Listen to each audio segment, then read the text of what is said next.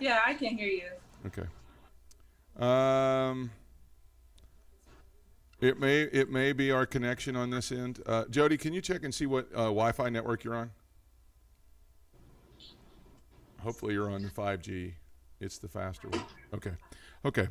All right. So what we're going to do, we're going to put you in the waiting room, and then we'll let you back in right before we start talking about you and that kind of thing, and bring you on. Okay. Okay.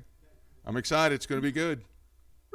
I'm excited. All right. We'll talk to you in a little bit. Okay. Okay. Uh-huh.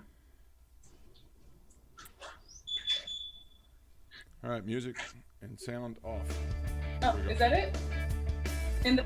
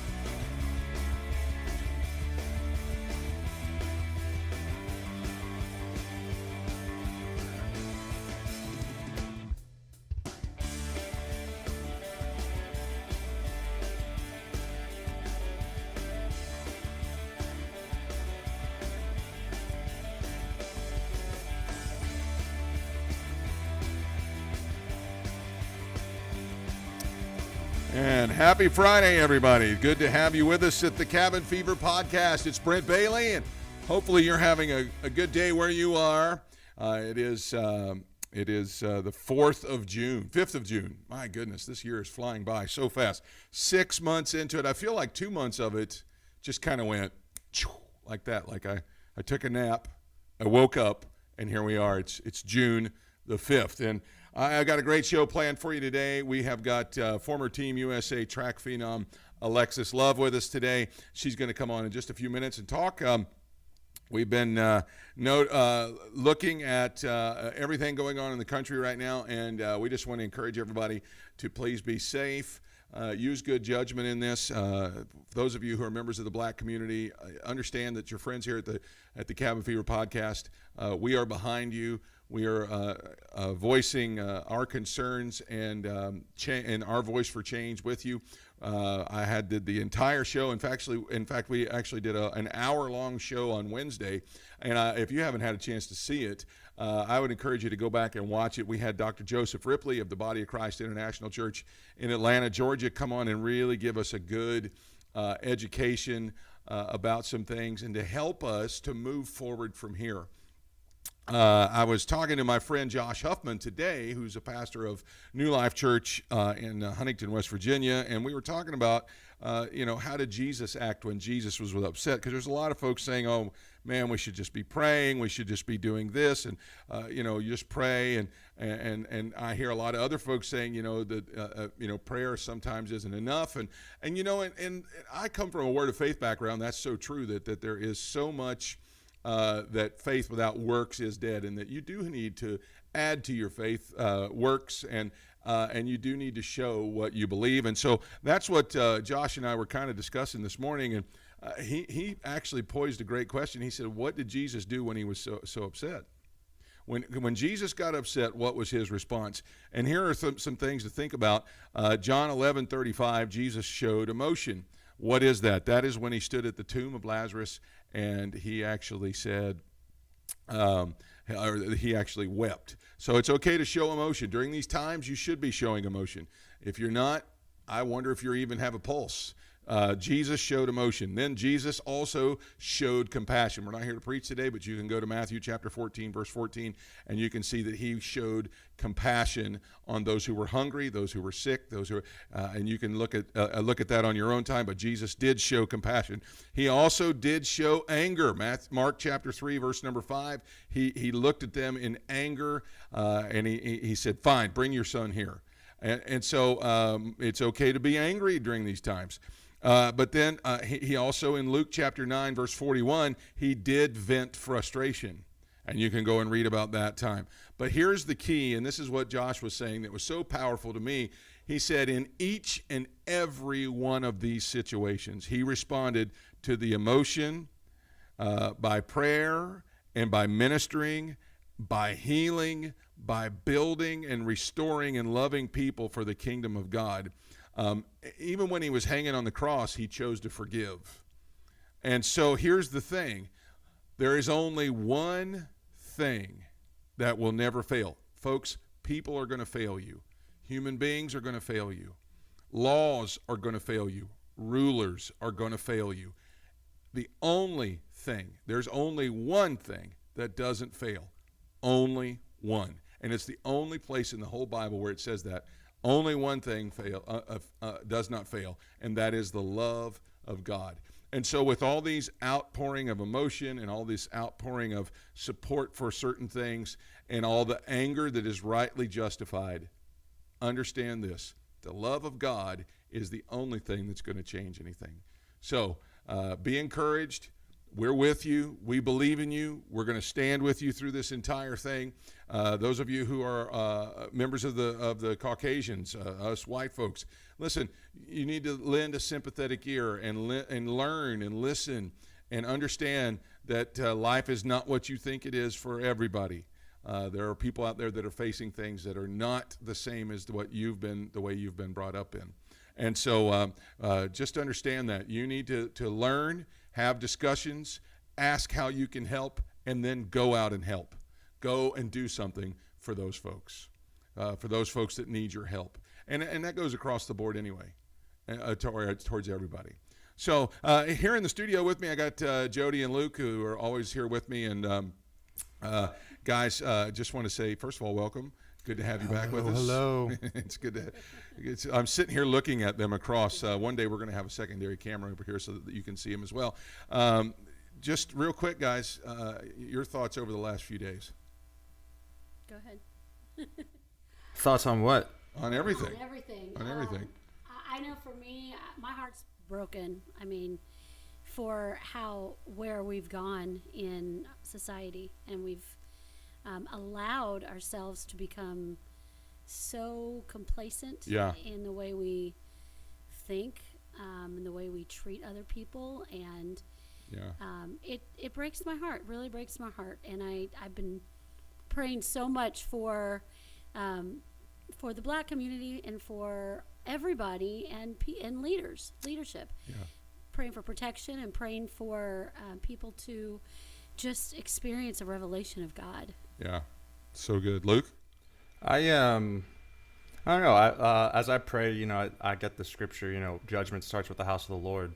And we are all called to pray for our nation. And so I think as Christians, we should realize that a lot of this, it starts with us. We have to be praying. That's right. Yes. That's right. So anyway, just listen. If you're going to be out marching, understand you have our full support here. Be safe. Use wisdom. Those of you who are going to be out stirring up trouble. Now, I know that's a smaller percentage of people, but listen, don't make this about you. Let this stand for what it is and let it make its statement. All right? Yes. All right. Let's move on to our guest today. Our guest today is a track phenom. She has trained for the 2012, 2016, and 2020 U.S. Olympic team. She has been part of Team USA in track and field. She was recently inducted into the Murray State, where she attended college, Hall of Fame for track. I had the pleasure of meeting her a few years ago at a Orlando Magic game. We were there to support a mutual friend of ours is Dr. Loretta Justin, who owns Millennium Eye Center here in Orlando. Our guest's sister also works there as an optometrist, and we were there to support the firm because they were sponsoring the night. And I sat next to our guest and really just kind of struck up a conversation. She told me she had gone to school in Kentucky, and I was like, "Hey, I'm from Kentucky." And I'm sure the whole night she probably thought, "What is this dude? Why will he not leave me alone to watch the game?" But because I started to ask questions about what she did, and she was telling me how she was training for the Olympics. Well, you don't get that every day. And so I am so excited to have with us, she's an author who's written a book called Running for My Life. Please welcome to the Cabin Fever podcast, Alexis Love. Alexis, welcome, and it's so good to have you. I guess we got you standing on your head there. So can you turn your screen back around for us? You're standing on your head again. So yeah. Yeah, I don't know. It was good there for a minute, but then it changed. So that's how she looked at me the whole night. Right there was like, "What? Why are you talking to me?" Okay. That's better. So good. Okay. So how you doing? And welcome to the show. Thank you. I'm doing well. Thank you for having me. I'm super excited. Oh, man, we're so excited to have you. First of all, congratulations on the Hall of Fame induction. Tell us about that. What was that like? Thank you. So the Hall of Fame induction was random. I retired from the sport of track and field last May of 2019. And it wasn't 2 weeks later, I received a call from the athletic director, and he says, "Alexis Love?" I said, "Yes, speaking." And he said, "Well, I have great news." I said, "Okay." And he said, "We are going to induct you into the Hall of Fame. You just became eligible this year, and you'll be the youngest inductee." And the call came out of nowhere while I was sitting at work, literally 2 weeks after I retired from the sport. So it was amazing. It seemed like it was out of the blue, but it was almost confirmation for me that I had done enough in the sport. That's so cool. Now you were training all the way up until March last. Is that what you said? March.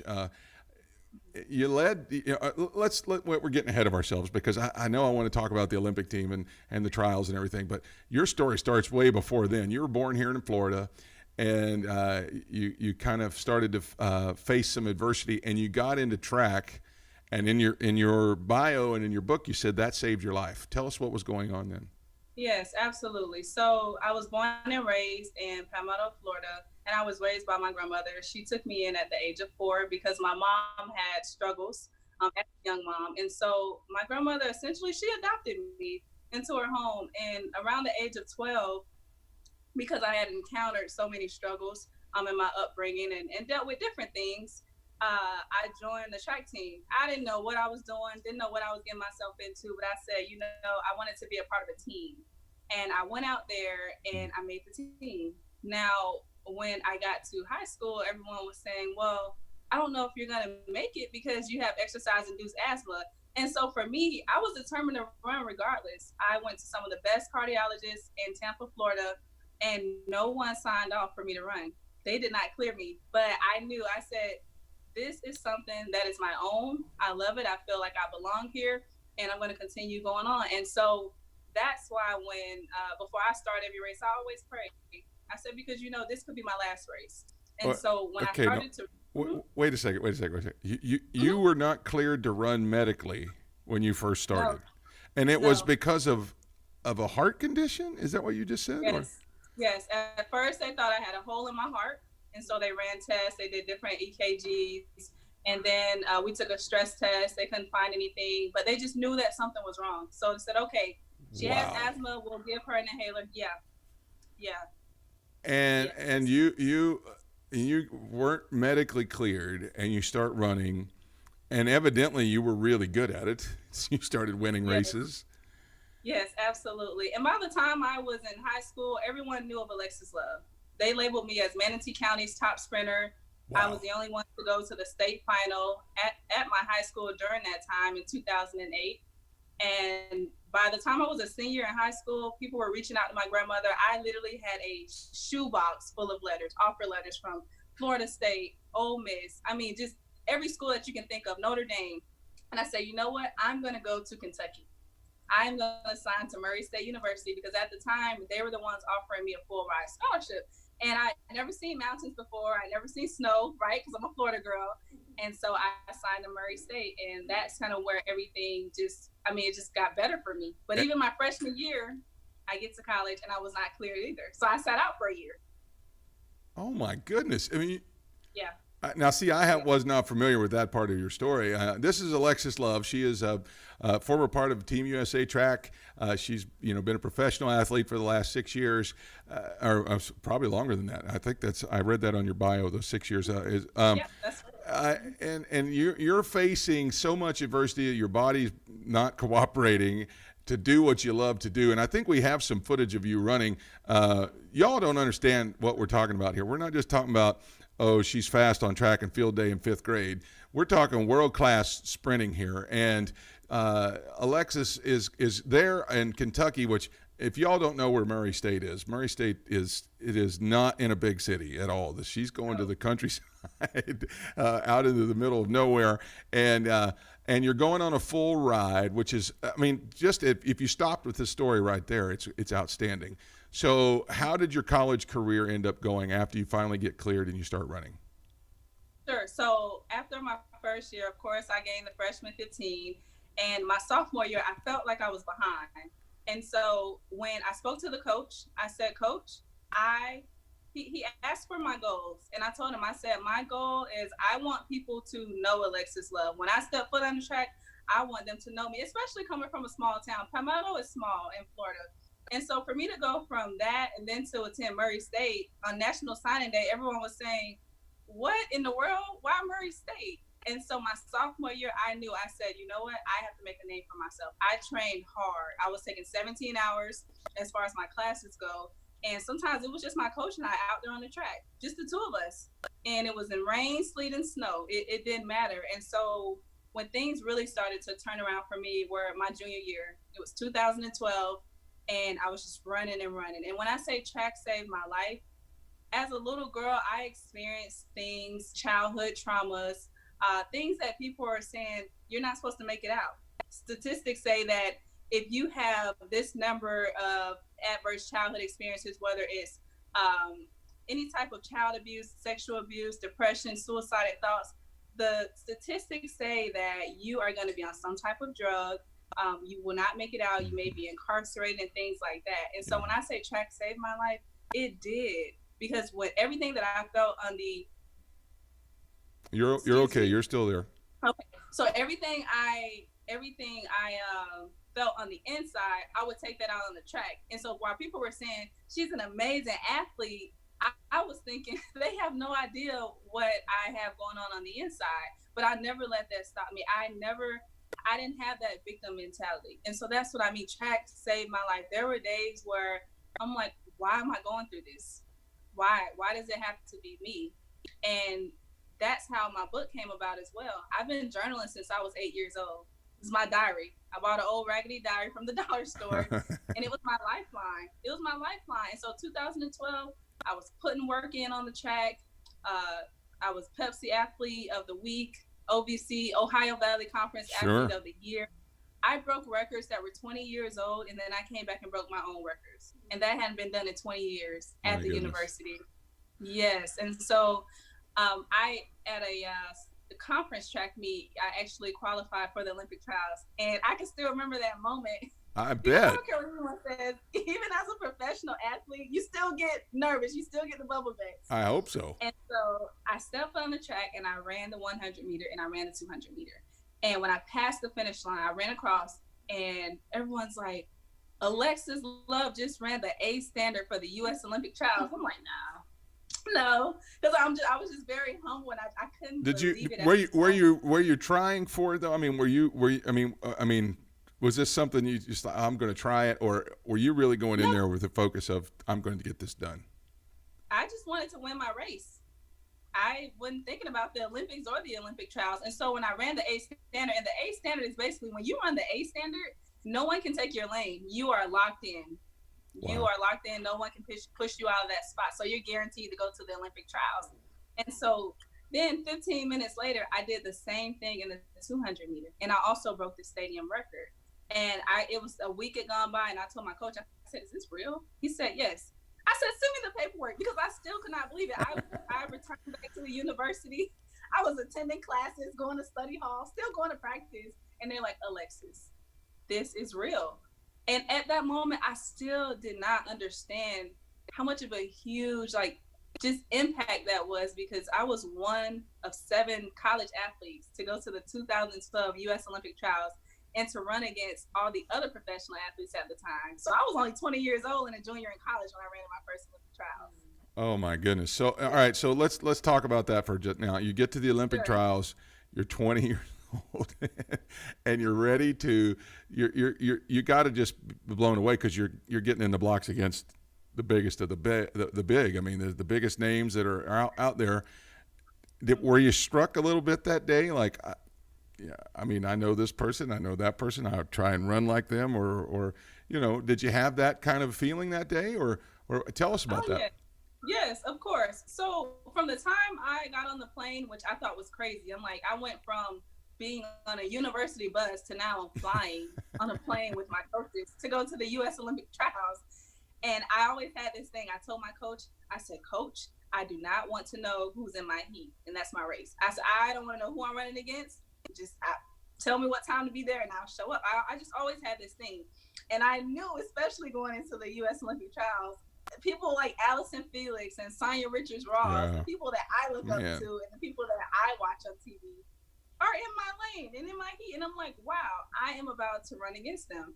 And when I got to the Olympic trials, it was very, it was legit. It was official. You had bodyguards everywhere. They walked you around. I mean, it was different from the collegiate level. And now I'm running at the U.S. Olympic trials. And even at that time, it just felt surreal. I'm like, is this really happening? Even when I would see myself on TV and they would announce my name, I'm like, is that me on the big screen? Like, how did this happen? A little girl who was 12 years old, who was running from pain and all these other things, and then on the other side gets to college, and now I'm running in the U.S. Olympic trials.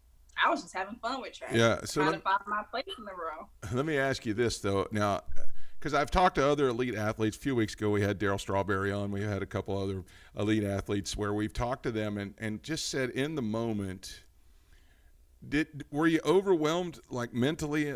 And when I asked that question to Daryl, Daryl just said, I was until I got my coach got a hold of me, and then I was okay, and I never really thought about it anymore after that. Would that be the same for you? I mean, were you just like overwhelmed with the mentality of the whole thing until you got in the starting blocks and you really got going?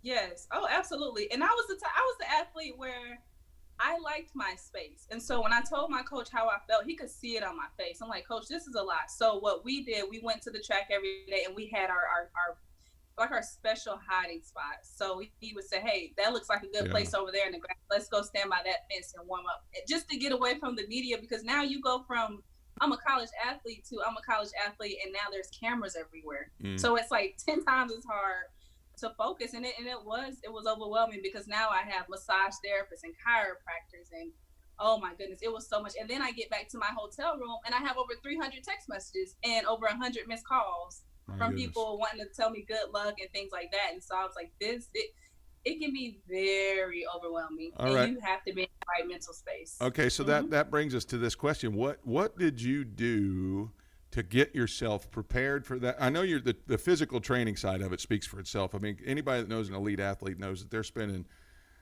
their whole life, at the gym, at the track, doing their thing. But then the mentality of it seems to be what separates the very best from the average.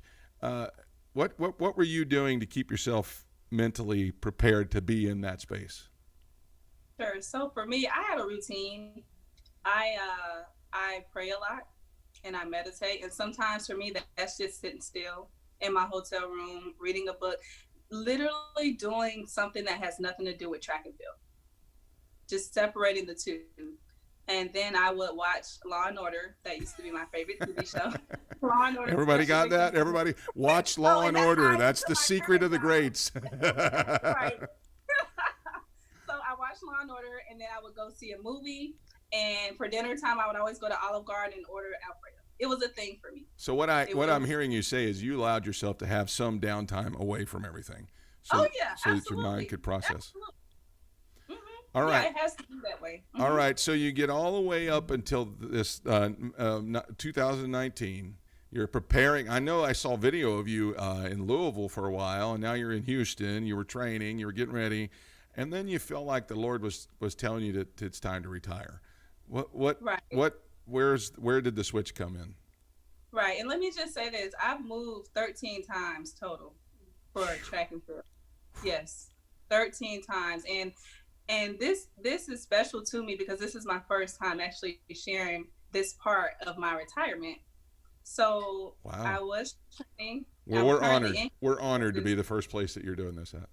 Thank you. I appreciate that a lot. So my last track meet was March of 2019, and that was at Texas Relays. I was running on the Team USA relay team, and afterwards I started to feel different. And so I called a few family members and I said, hey, I'm done. And they're like, are you sure? Are you injured? And I'm like, I'm not injured. I think that I'm done. And it's this feeling that I've always felt for the past couple of years, something that's just been tugging on my heart, like Alexis, this is it. So I was battling between the two. And last March was the race that I ran in April. It's my birthday month. And the closer it got to my birthday, I was very emotional. And I was just talking to God and I said, God, I'm not happy. And I don't think that I'm doing what you called me to do in this season. And I kid you not, I heard this small voice say, stop running. It's clear as day. And I sat back and I went in the bathroom and I looked in the mirror and I'm like, is that me? Was that me or is that God? Like, who said that? And I said, stop running. And to me, it didn't make any sense to stop running. I've been running track since I was 12. So at the time I was 28. That's 16 long years of training, hardcore training. And I said, God, I need you to confirm that this is you. I went to bed that night on my birthday, April 24th. I woke up and he said, it's time to rest. And he showed me, Alexis, you've been running for so long, but not only have you been running for your life, you've been running from your life, the life that I have. Yes. And he told me, he said, that pain that you've dealt with as a child and a young adult, he said, that pain has a purpose. And now I need you to do something different. And that is to motivate, to serve, and to inspire my people. And so when he told me that, I cried. I cried like a baby, because for the first time I felt like I was finally free, and I no longer had to run into the world. It doesn't make sense, and it still doesn't make sense. Why would Alexis Love retire when she's officially on Team USA? She's running 2 Olympic trials, and I didn't share this earlier, but I missed the Olympics twice by 1 race. So everyone said 2020 is your year, right? You're going to go to Tokyo because third time is a charm. So I had to do this on my own, because every time I reached out to someone, I said, I feel like God is calling me to retire. They say, no, that's not right. And so when I retired, I didn't tell anyone. I signed my paperwork, I submitted it, I retired, and that's when 2 weeks later they called and inducted me to the Hall of Fame. And that was, for me, that was like God's stamp of approval, saying, Alexis, you have done enough in the sport. It is time to move on. And then of course, with everything that happened with COVID and everything got postponed, I mean, to me, it's like you made the right call, because it was almost like God knew all this was coming. So it was like, okay, you're good. And then, yes. and now we don't know. Have they even announced when the Olympics are? I don't think they've even got them officially rescheduled yet. So you'd just still be in limbo. And so that's to me, that's just a God confirmation that we're hearing from God at the right time. That's so awesome. So now you're an author now. You're a speaker. Now I know the other bad part about COVID would be that you probably aren't doing a lot of events, so people aren't having speakers in. But that is the next step for you, right? Is to become a regular speaker out there on the circuit.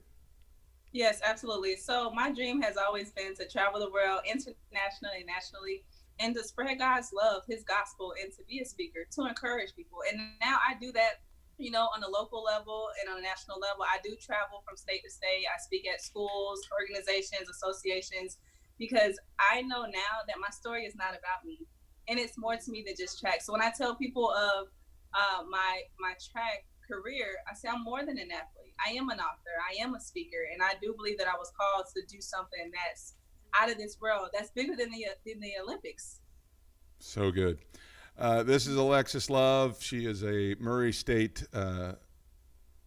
What are they? The thoroughbreds or the what? Thoroughbreds? That's what I thought. Yeah, the Murray State thoroughbred. She's in the Hall of Fame down there, the Athletic Hall of Fame. But now she's an author and a motivational speaker, traveling and making a difference for the kingdom. I wish we had more time with you. This has been so good. And if you would like to get in touch with her, right there is her information. It's motivatewithlove.com. And I'm just going to tell you, the fact that you were able to make your name your brand is so awesome. I mean, you just love when that happens. But motivatewithlove.com. She's also on Twitter and Instagram at Alexis L. Love. If you look her up on YouTube, it's at Alexis Love, and then, of course, official Alexis Love on Facebook. Reach out to her. If you're looking for a good motivational speaker and a good message, man, you couldn't do much better than this young lady right here, and we're just so thankful that we were able to have you on the program today. And once we go off here, hang on the line for a few minutes, because I need to talk to you about a couple other things, okay? Okay. All right. Thank you. Thanks a lot. That's Alexis Love, everybody, and good luck to you. All right, everybody, listen, as we wind up today's program, man, just keep in mind the things that she was talking about. Sometimes God does things in your life that surprise you so much that you don't even know, you can't even hardly comprehend what you're standing in front of. But if you've prepared yourself and you've worked really hard, man, that's when the doors really begin to open for you through what God's got planned for you. You'll want to join me next week on the program. I've got lots of good guests planned to come in. I've got Pastor Rob Yannick from Columbus, Ohio. I've got Pastor Tony Dunn coming from Corona, California, amongst other folks. So you want to tune in next week, because we've got a lot of great programming left for you. Until next Monday at 2:30 Eastern Time, all you folks on the West Coast, it's 11:30 your time. We love you. God bless you. Have a great rest of your day. Get outside and enjoy and break the cabin fever. Have a great day, everybody.